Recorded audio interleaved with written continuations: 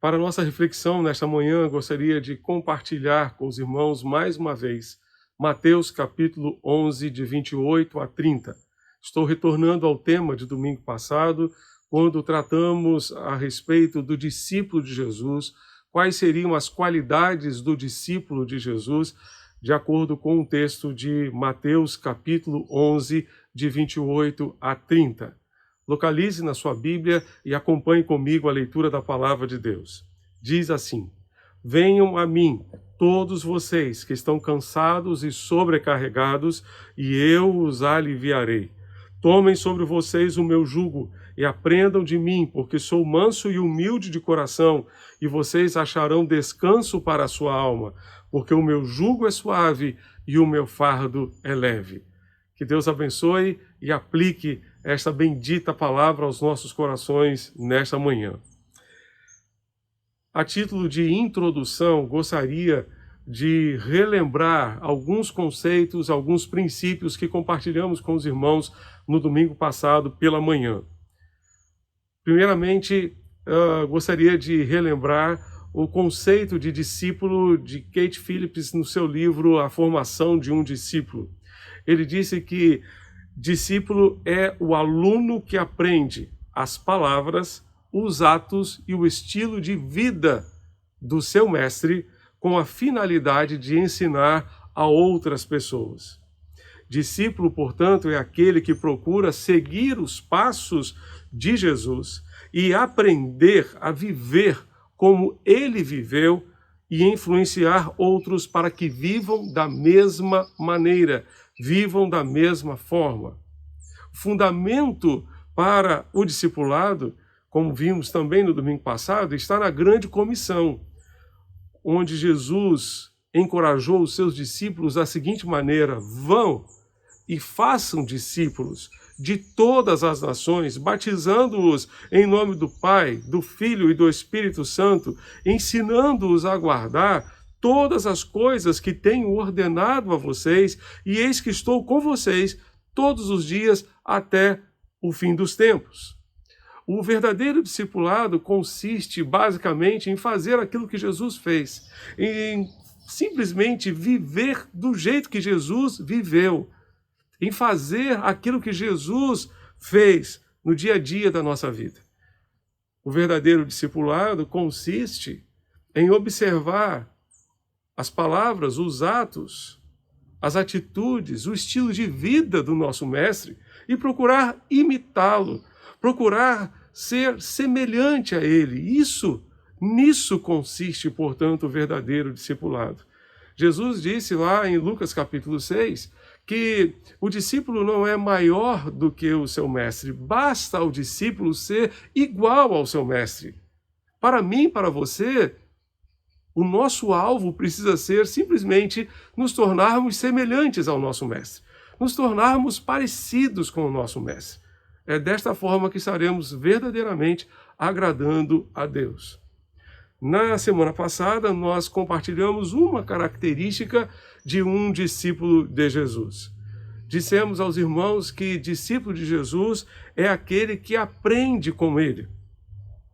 O discípulo sempre será uma pessoa ensinável, pronta para aprender, aberta para aprender. É aquela pessoa que sabe que não sabe tudo. Tem pleno conhecimento de que não sabe tudo, não tem todas as respostas, não tem entendimento de todas as coisas, e ele precisa buscar sabedoria e orientação e direção em Deus.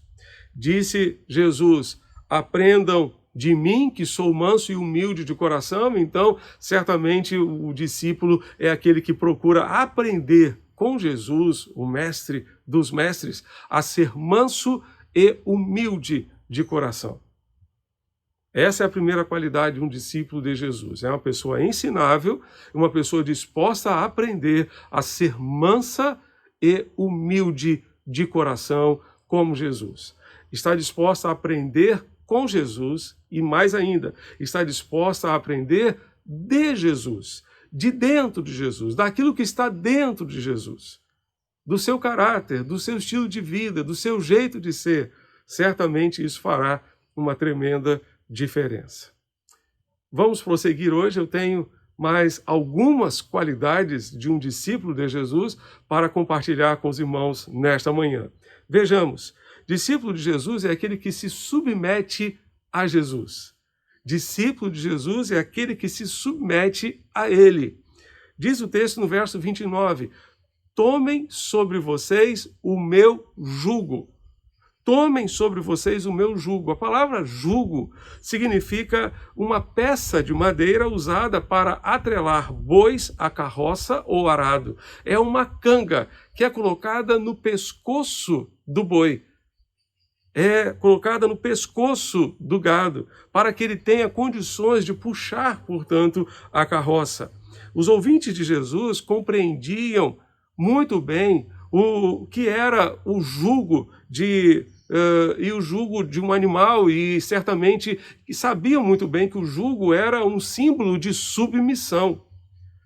Em Israel, os jugos eram feitos para serem colocados nos bois, para que eles estivessem submissos ao dono, portanto, da carroça, ao dono do arado. Desta forma, eles seriam guiados pelo dono da carroça, que estaria ali conduzindo o seu arado, a sua carroça, de acordo com a sua vontade.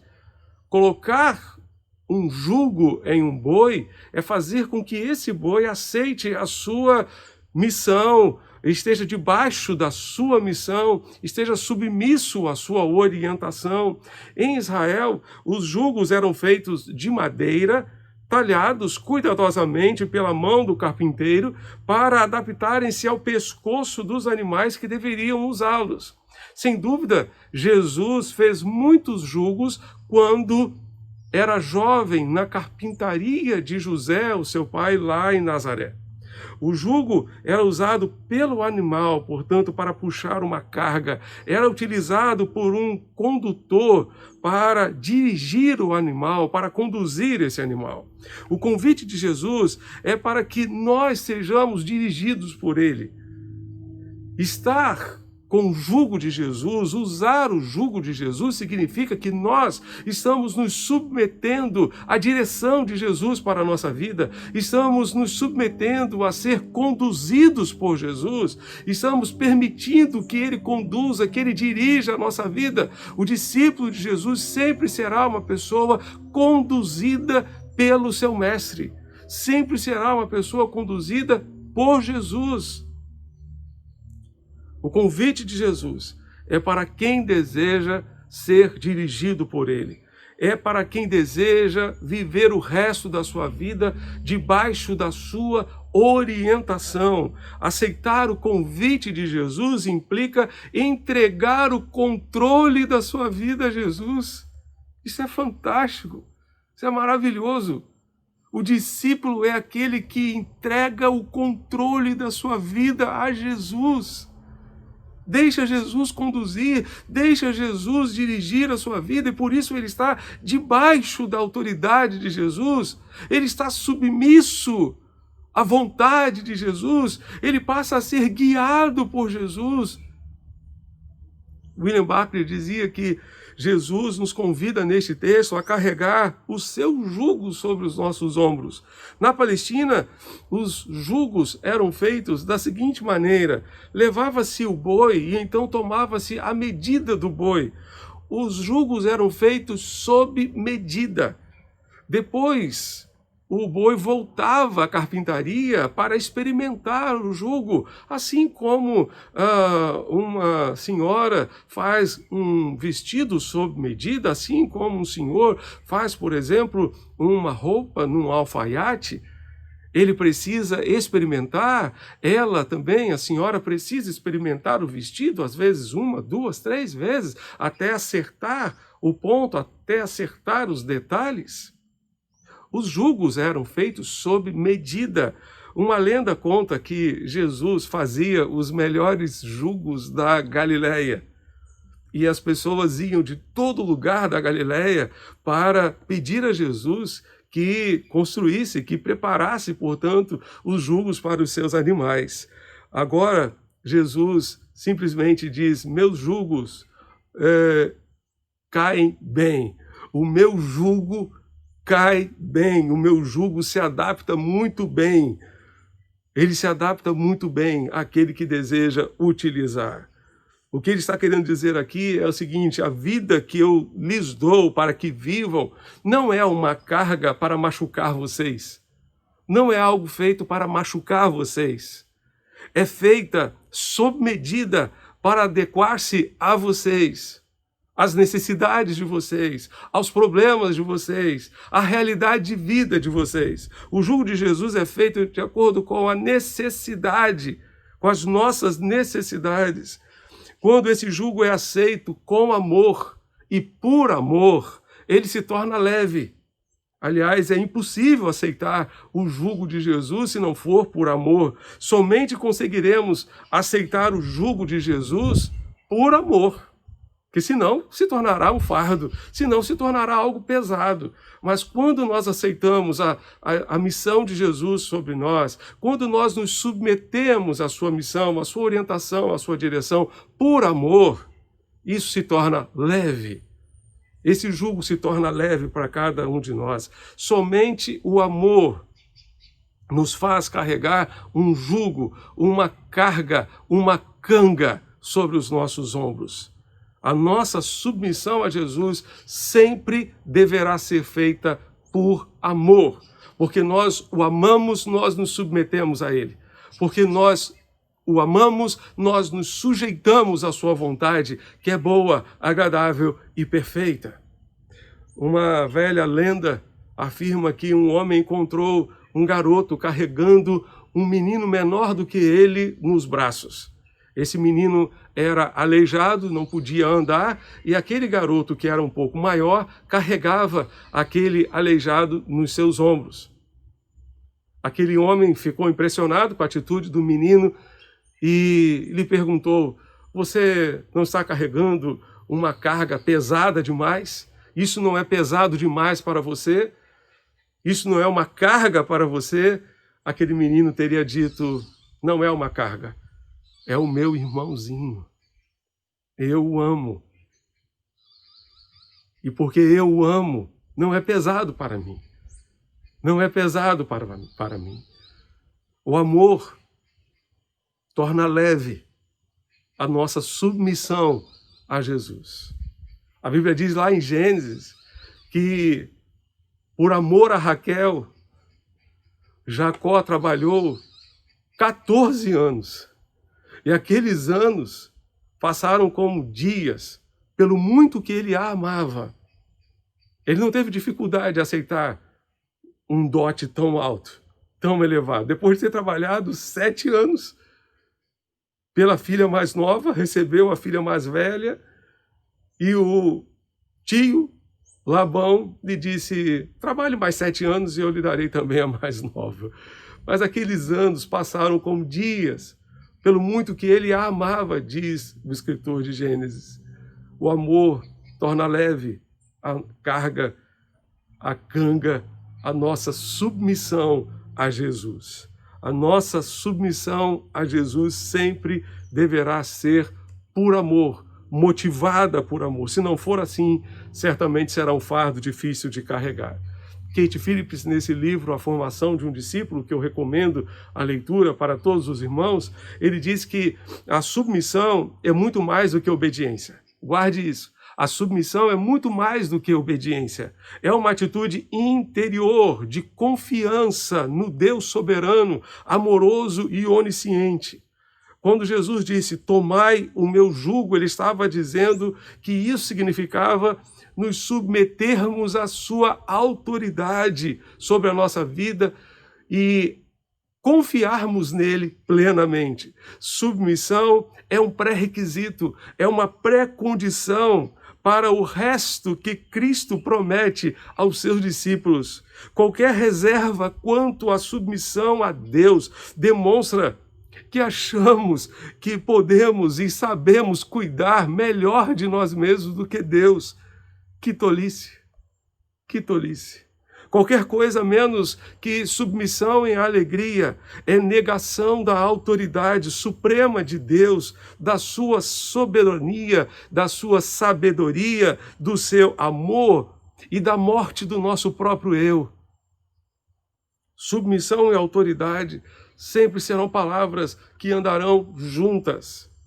Mas, infelizmente, muitas vezes a autoridade de Deus sobre nós está defasada. Essa foi uma expressão usada pelo saudoso Russell Shedd.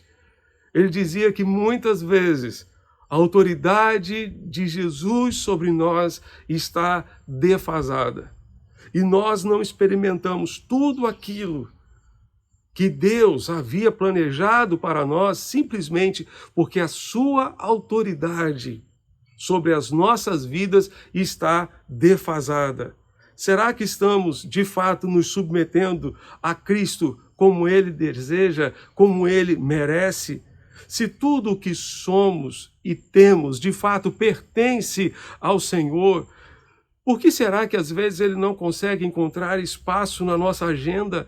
Por que será que às vezes Ele não consegue encontrar espaço no nosso orçamento, no nosso caráter? Estamos, de fato, submissos ao Senhor. Ele tem total autoridade sobre a nossa vida. Ele tem, de fato, a última palavra sobre nós. Paulo, escrevendo aos Efésios, ele deu uma ordem às mulheres. Mulheres, cada uma de vós seja submissa ao marido, assim como ao Senhor. Como é que as mulheres devem ser submissas aos seus maridos? Como é que nós devemos ser submissos ao Senhor?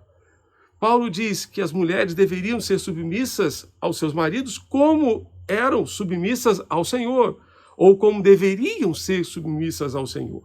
Nós todos, homens e mulheres, precisamos ser submissos a Jesus, submissos ao Senhor, e isso fará toda a diferença, certamente, na nossa vida. Como é que devemos ser submissos? A nossa submissão a Jesus precisa ser incondicional e sem reservas. Incondicional e sem reservas.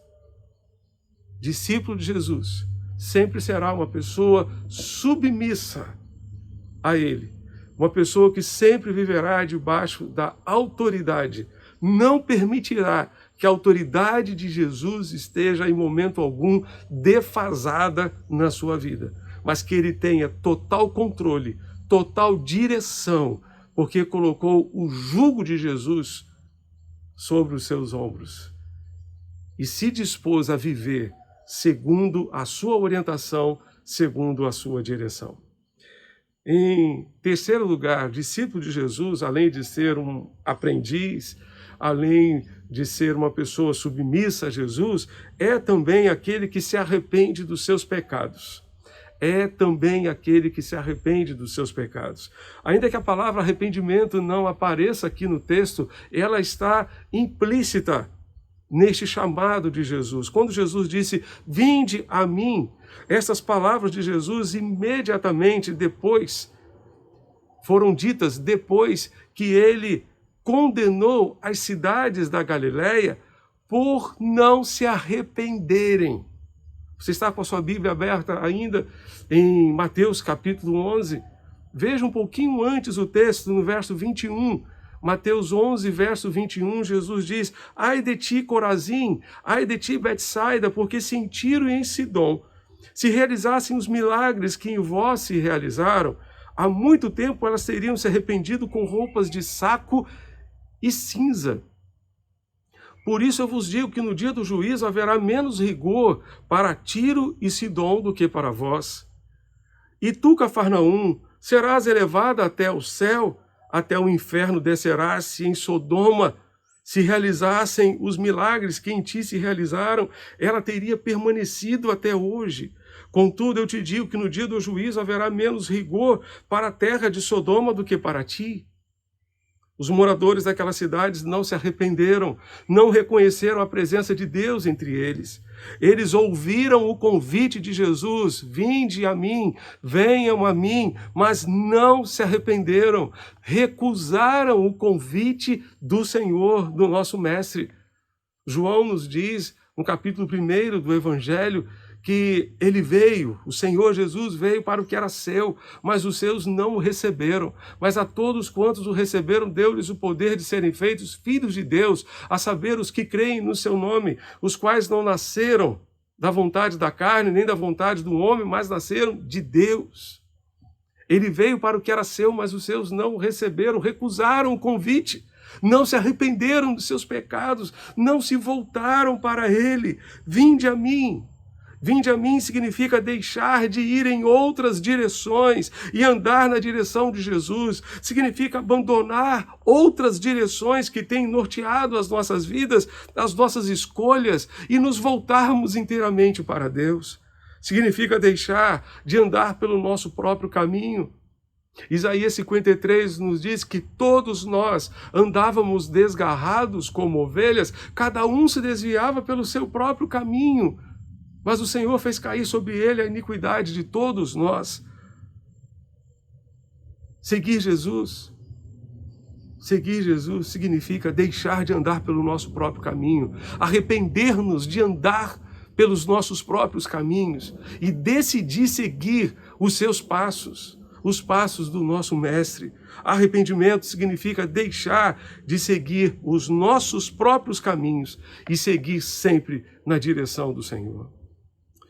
Em quarto lugar, discípulo de Jesus é aquele que confia nele. É aquele que confia nele.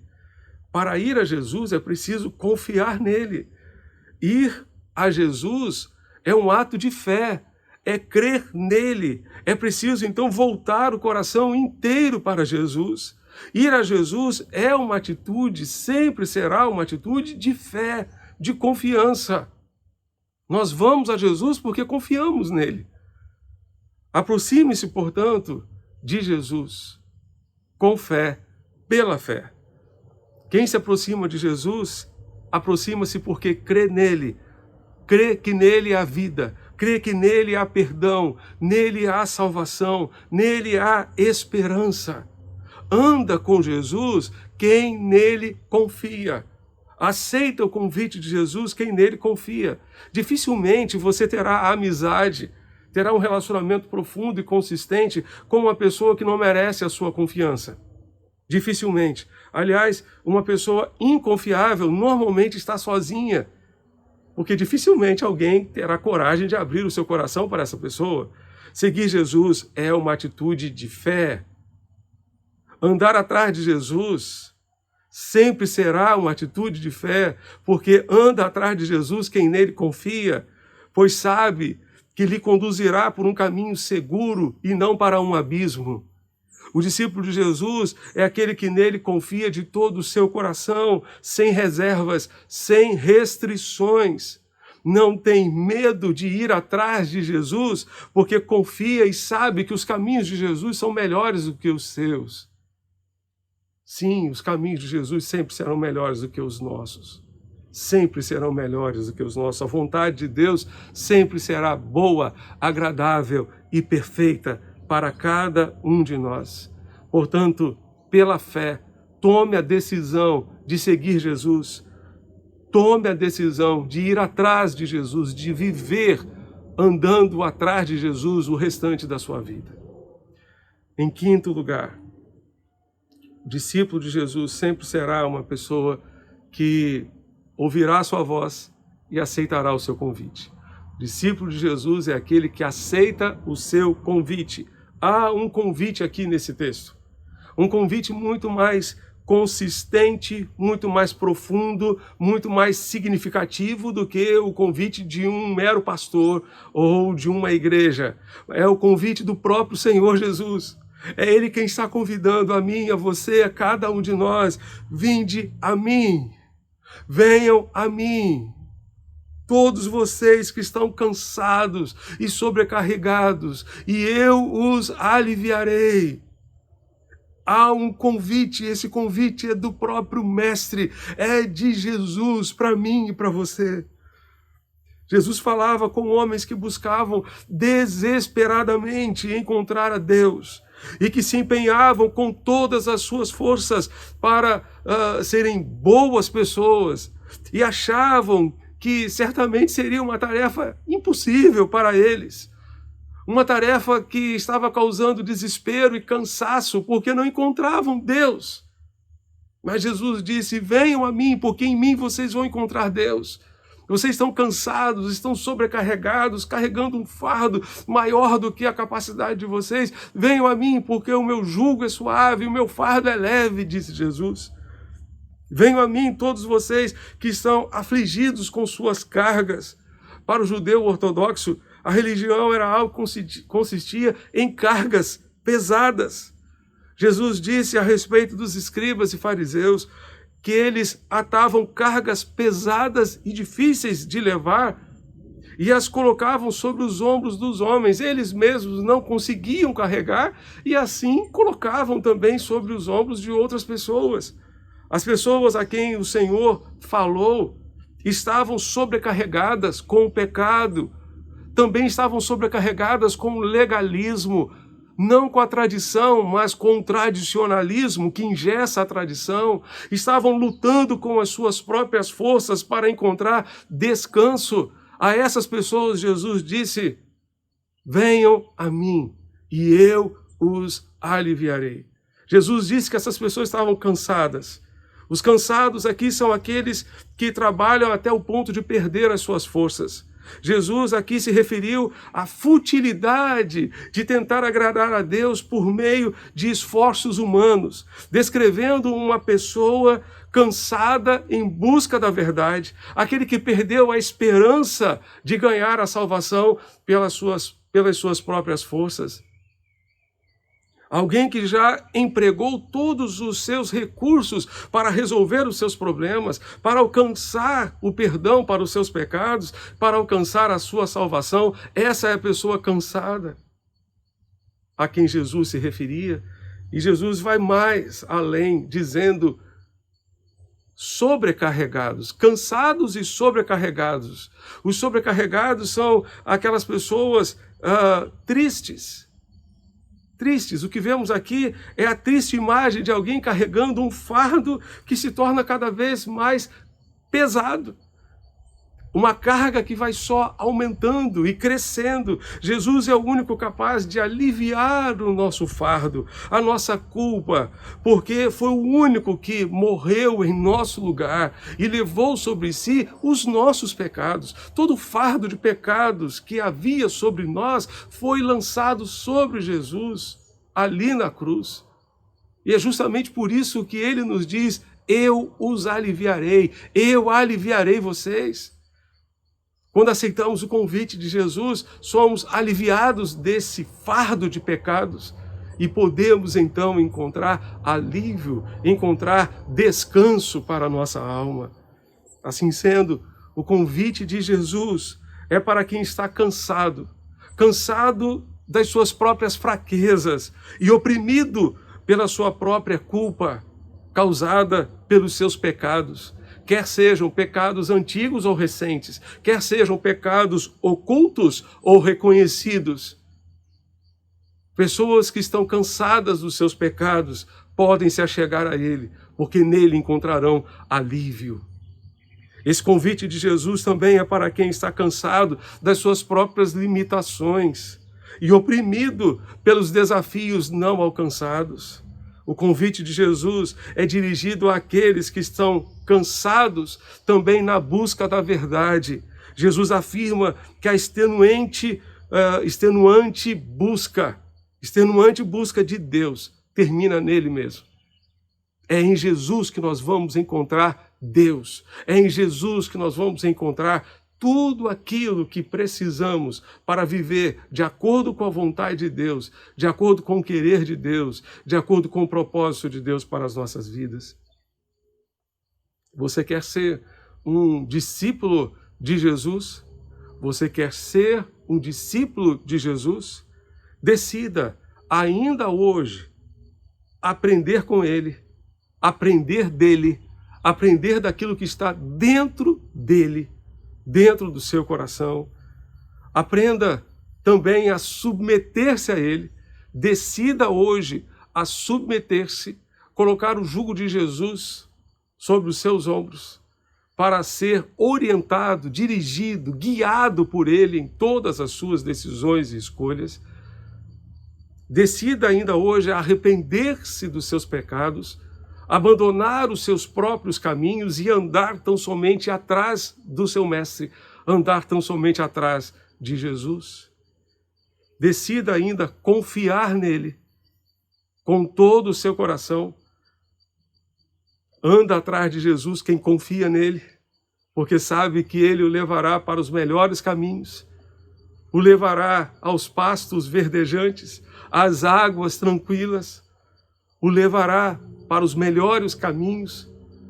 Confie nele e ande atrás dele.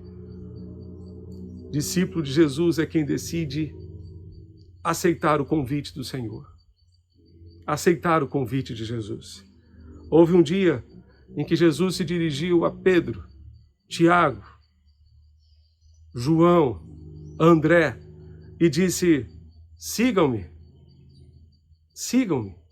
E eles o seguiram. Houve um dia em que Jesus encontrou Mateus sentado lá na coletoria de impostos. Esse mesmo Mateus que escreveu aqui este evangelho, que relatou essas palavras que nós podemos usar para a nossa reflexão nesta manhã. Jesus dirigiu-se a Mateus dizendo: siga-me, Mateus, siga-me também. E ele largou tudo e foi atrás de Jesus. Esses homens tiveram suas vidas transformadas por Jesus. Esses homens foram completamente tratados e transformados pelo Senhor. O Senhor Jesus fez uma obra tremenda em suas vidas. E hoje Ele quer fazer essa obra tremenda nas nossas vidas também. Você quer ser um discípulo de Jesus?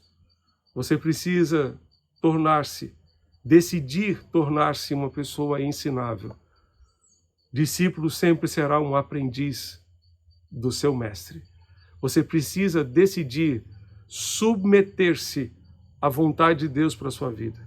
Você precisa decidir arrepender-se dos seus pecados, confiar nele e aceitar o convite, não de um pastor, mas do próprio Deus, do próprio Cristo, que chama você, que convida você. Venha a mim, você que está cansado e sobrecarregado, e eu o aliviarei. Aceite o convite de Jesus e veja o que ele fará na sua vida, para a honra e glória do seu nome. Feche os seus olhos nesse momento e ore a Deus comigo. Convido você a fechar os seus olhos para orarmos ao Senhor neste instante. Talvez você queira, neste momento de oração, simplesmente dizer: Jesus, eu aceito o teu convite. Eu reconheço que tu estás me convidando a seguir os teus passos e eu quero te seguir. Eu me arrependo dos meus pecados e eu confio em ti como meu Salvador pessoal. Eu aceito este convite. Quero desistir de continuar andando pelos meus próprios caminhos. Quero andar pelos teus caminhos. Quero viver de acordo com a tua vontade. Eu quero me submeter aos teus propósitos para a minha vida. Eu reconheço que o teu jugo é suave e o meu fardo é leve. Eu reconheço que o teu jugo se adapta muito bem às minhas necessidades. Ele vem ao encontro das minhas necessidades, por isso eu entrego minha vida a ti. Eu confio em ti como meu único e suficiente Salvador. Esse é o desejo do seu coração. Eu gostaria de orar com você neste instante. Feche os seus olhos nesse momento. Vamos orar. Pai Celeste, Deus bendito, muito obrigado por este momento precioso. Contempla cada pessoa, Senhor, que nesta manhã decide, ó Deus, entregar a sua vida a Jesus. Decide, ó Deus bendito, aceitar o teu convite e ir atrás de Jesus. Caminhar com Jesus, viver, ó Deus, intensamente com Jesus, para aprender de Jesus e com Jesus a ser manso e humilde de coração. Para, ó Deus, deixar de andar nos seus próprios caminhos e passar a viver nos caminhos do Senhor. Alguém, ó Deus, que certamente nesta manhã está confiando de forma plena, incondicional e irrestrita no Senhor, como seu único e suficiente Salvador. Nós te pedimos, Deus, abençoa estas vidas, Sustenta com teu poder e graça e dá, ó Deus, a cada um a disposição de andar atrás de Jesus, de seguir os passos de Jesus em todos os dias das suas vidas. É o que nós te pedimos e te rogamos. Em nome de Jesus, nosso Senhor e Salvador. Amém e amém. Que Deus continue abençoando você e sua família, hoje e sempre. Amém.